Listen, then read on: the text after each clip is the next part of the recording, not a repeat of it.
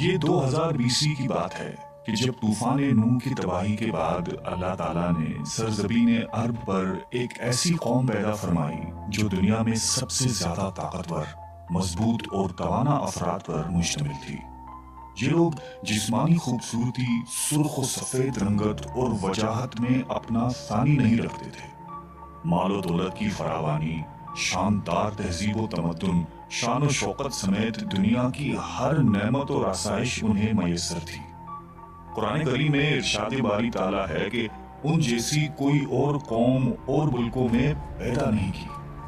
قوم عاد کے متعلق تفصیل سوائے قرآن کریم کے کسی اور مذہبی یا قدیمی تاریخی کتب میں نہیں ملتی۔ اس لیے اس قوم کی حالت کا نقشہ یا قرآن کریم کے ذریعے بن سکتا ہے یا پھر ان اثریات کے ذریعے جو محققین علم آثار نے ان کے بارے میں حاصل کی ہے۔ مورخین لکھتے ہیں کہ عاد نام کا ایک شخص حضرت نوح کی چوتھی نسل میں ان کے بیٹے سام کی اولاد میں سے تھا۔ چنانچہ اس شخص کی اولاد اور اس کی پوری قوم عاد کے نام سے مشہور ہو گئی۔ وہ اعرابی تھے جو بہت لمبے اور مضبوط ستونوں پر قائم کردہ عالی شان محلات میں رہا کرتے تھے۔ قرآن کریم نے انہیں ارم ذات العماد یعنی ستونوں والے کے نام سے یاد کیا ہے۔ ارم ان کا بہت خوبصورت شہر تھا جس کے آثار 1984 میں خلائی شٹر چیلنجر کی مدد سے دریافت کیے گئے ہیں۔ یہ علاقہ آج کل عمان کا حصہ ہے۔ بحیرہ عرب اور بحر احمر کے درمیان عمان، حضرموت، بحرین اور مغربی یمن تک ایک وسیع صحرا ہے جسے صحرائے الاحقاف کہتے ہیں۔ یہ دنیا کے عظیم صحراؤں میں سے ایک ہے جس کا رقبہ ایک محتاط اندازے کے مطابق 65 لاکھ مربع میٹر ہے۔ اس صحرا میں سفید اور باریک ریت کے ہزاروں فٹ اونچے پہاڑ نما ٹیلے ہیں جہاں کوئی بھی چیز پھینکی جائے تو منٹوں میں غائب ہو جاتی ہے۔ کسی زمانے میں یہ دنیا کا سرسبز و شاداب علاقہ تھا اور وہاں یہ قوم عاد آباد تھی۔ آج یہ بھیانک صحرا اللہ تعالیٰ کی کھلی نشانیوں میں سے ایک اور اہل زمین کے لیے جائے عبرت ہے۔ قرآن کریم میں ارشاد باری تعالیٰ ہے کہ وہ ارم جو ستونوں والے تھے جن کی مانند کوئی قوم ملکوں میں پیدا نہیں کی گئی۔ بعض مفسرین نے لکھا ہے کہ ارم عاد کے دادا کا نام تھا جیسا کہ ان کے شجرہ نسب میں بیان کیا گیا تھا۔ ڈاکٹر اسرار احمد تحریر فرماتے ہیں کہ عام مورخین کا خیال ہے کہ ارم قوم عاد کے شاہی خاندان کا لقب تھا۔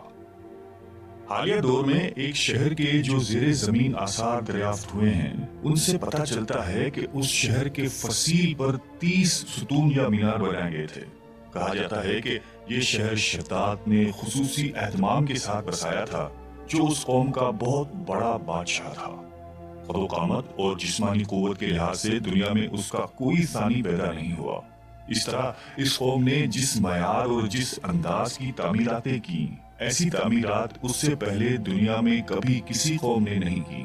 شاید اسی لیے یہ جگہ شداد کی جنت ارضی کے نام سے تاریخ میں مشہور ہے، تاکہ لوگ آخرت کی جنت کے بدلے اس نقد جنت کو اختیار کر لیں۔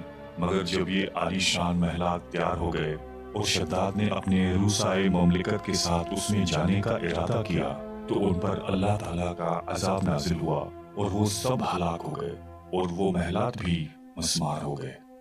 اس اعتبار سے اس آیت میں قوم عاد پر آئی ایک خاص عذاب کا ذکر ہوا ہے جو شداد بن عاد اور اس کی بنائی ہوئی جنت پر نازل ہوا۔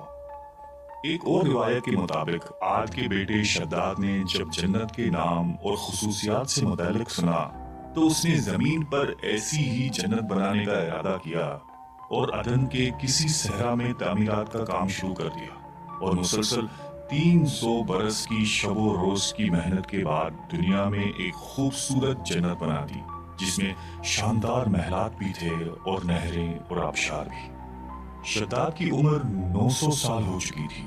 ایک دن اس نے قوم عاد کے لوگوں کو جنت کے دیدار کی دعوت دی۔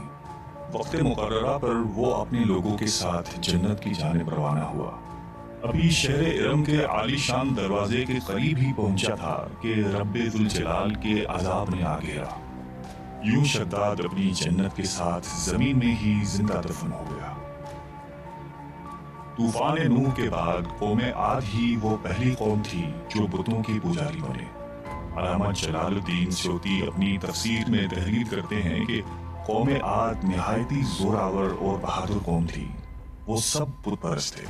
مختلف کتب میں ان کے بتوں کے مختلف نام بیان کیے گئے ہیں۔ کچھ نے بتوں کے نام صدا، سمود اور ہرا بتائے ہیں۔ مورخین کی رائے کے مطابق ان کے معبود بھی قوم نوح کی طرح پتھر کے 5 بت یعنی ود، سوا، یغوث، یعوق اور نصر ہی تھے۔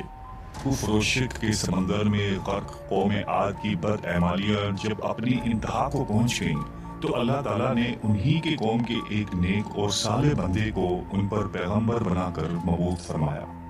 حضرت ہود قوم عاد کی سب سے معزز شاخ خلود کے ایک خوبصورت اور وجیح شخص تھے۔ حضرت ہود علیہ السلام نے ان سے کہا کہ بھائیو، ایک اللہ ہی کی عبادت کرو، اس کے سوا کوئی تمہارا معبود نہیں۔ قوم عاد کے سرداروں نے جواب دیا کہ تم ہمیں احمق نظر آتے ہو اور ہماری نظر میں تم جھوٹے ہو۔ حضرت ہود نے کہا کہ میں رب العالمین کا پیغمبر ہوں اور اللہ کا پیغام تم تک پہنچاتا ہوں۔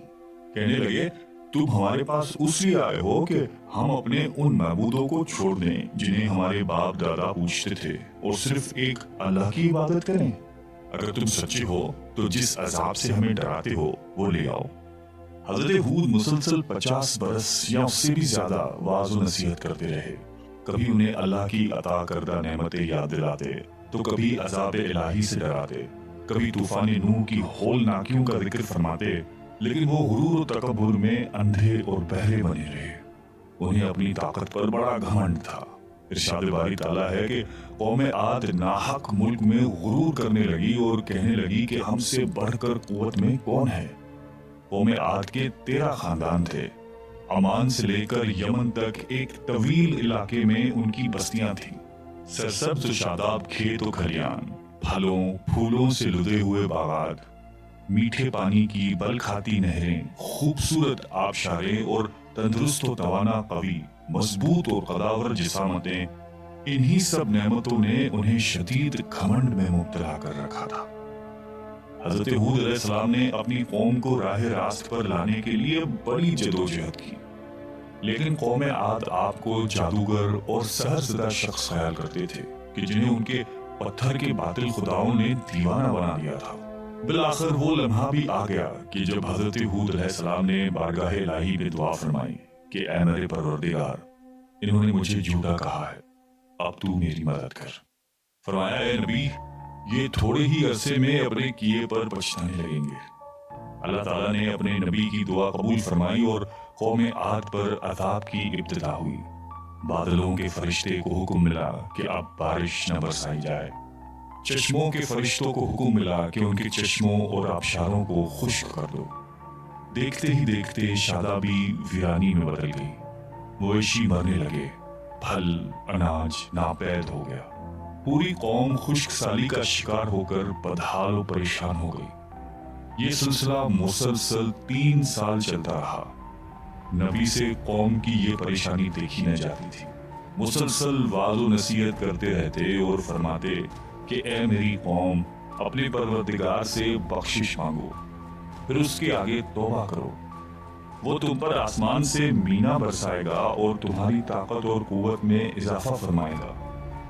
کہنے لگے ہود، تم ہمارے پاس کوئی دلیل ظاہر نہیں لائے، ہم صرف تمہارے کہنے سے نہ تو اپنے معبودوں کو چھوڑنے والے ہیں اور نہ تم پر ایمان لانے والے ہیں۔ ہم تو یہ سمجھتے ہیں کہ ہمارے کسی معبود نے تمہیں آصف زدہ کر کے دیوانہ کر دیا ہے۔ اس زمانے میں یہ دستور تھا کہ قوموں کو جب کوئی مشکل آ گھیرتی تو وہ بیت اللہ شریف جا کر اللہ کے آگے آہوزاری کرتے اور ان کی مشکل رفع ہو جاتی۔ یعنی کافر قومیں بھی اس حقیقت کو تسلیم کرتی تھیں کہ اس ارض و سما کی مالک ایک لافانی قوت موجود ہے۔ چنانچہ قوم عاد کے 70 سرکردہ افراد مکہ مکرمہ پہنچے، جہاں معاویہ بن بکر کی حکومت تھی۔ معاویہ کی ماں کا تعلق قوم عاد سے تھا۔ معاویہ نے ان کی خوب آوخت کی۔ وہ لوگ 1 ماہ تک وہاں رہے اور بارش کے لیے دعائیں مانگتے رہے۔ دعا کروانے والے سردار کا نام قیل بن عنبر تھا۔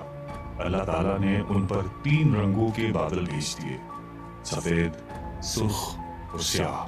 پھر آسمان سے ندا آئی کہ ان میں سے ایک کو منتخب کر لو۔ ٹیل نے سیاہ بادل کو پسند کر لیا کیونکہ وہ خوب بارش برسانے والا تھا۔ پھر ندا آئی کہ تو نے ہلاکت اور تباہی کو پسند کر لیا ہے۔ چنانچہ اللہ تعالیٰ نے سیاہ بادلوں کو قوم عاد کی جانب ہانک دیا، جسے دیکھ کر پوری قوم خوشی کے شادیانے بجانے لگے۔ ارشاد باری تعالیٰ ہے کہ جب انہوں نے اس عذاب کو دیکھا جو بادل کی صورت میں ان کے میدانوں کی طرف آ رہا تھا، تو کہنے لگے یہ تو بادل ہے جو ہم پر برس کر رہے گا۔ تو اللہ تعالیٰ نے فرمایا نہیں، بلکہ یہ وہ چیز ہے جس کے لیے تم جلدی کرتے تھے، یعنی آندھی جس میں درد دینے والا عذاب بھرا ہوا ہے۔ یہ ہر چیز کو اپنے پروردگار کے حکم سے تباہ کیے دیتی ہے۔ گناہگار لوگوں کو ہم اسی طرح سزا دیا کرتے ہیں۔ اللہ تعالیٰ نے یہ عذاب 7 رات اور 8 دنوں تک مسلسل جاری رکھا۔ اس آندھی نے کسی جاندار کو زندہ نہیں چھوڑا۔ غاروں، پہاڑوں، گھروں، محلات اور قلعوں کے اندر سب کو فنا کر ڈالا۔